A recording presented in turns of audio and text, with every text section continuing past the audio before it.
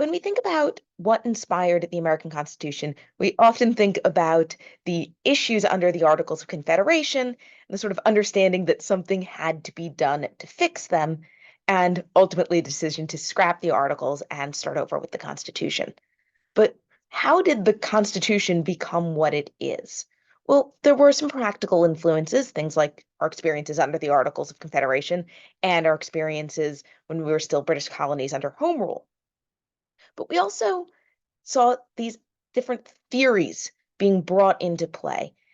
The framers of the Constitution were all scholars, they were all educated men, and men, of course, being a somewhat operative term there. And they all thought about things they'd learned before and brought in these theoretical influences. So, of course, Locke comes up again. We thought about him when we thought about the social contract theory and this development of a new way of thinking about government. We also talked about him as an influence of the Declaration of Independence. Well, he, of course, influenced the Constitution as well.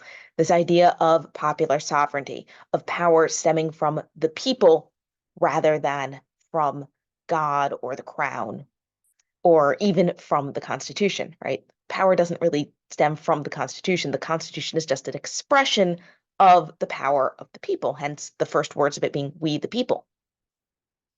Now, this second influence, Isaac Newton, probably going to be like, wait, Isaac Newton, like the physicist, the one we learn about in science classes? Yes, that Isaac Newton. Isaac Newton's ideas of force and balance helped inspire the framers to create the system of checks and balances. Newton, in sort of a very brief nutshell, proposes that in nature, forces are balanced, right? For every action, there's an equal and opposite reaction. And this idea that forces sort of come in pairs, they come balanced by nature, really influenced the framers to create a system where powers would be balanced, where one branch, their force, their power would be balanced by something another branch could do. So this helped create that system of checks and balances.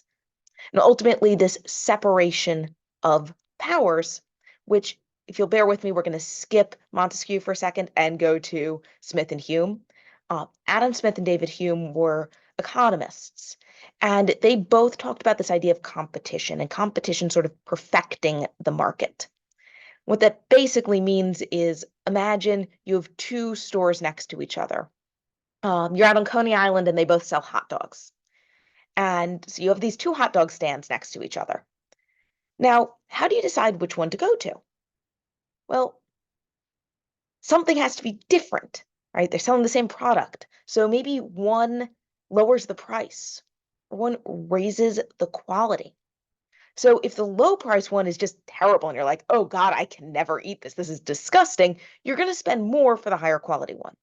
But if the higher quality one isn't that much better, you're going to be like, I don't really want to spend more money for this. It's not that much better, right? But that competition in that case for you as a customer, help sort of perfect the product, help balance, in this case, cost and quality.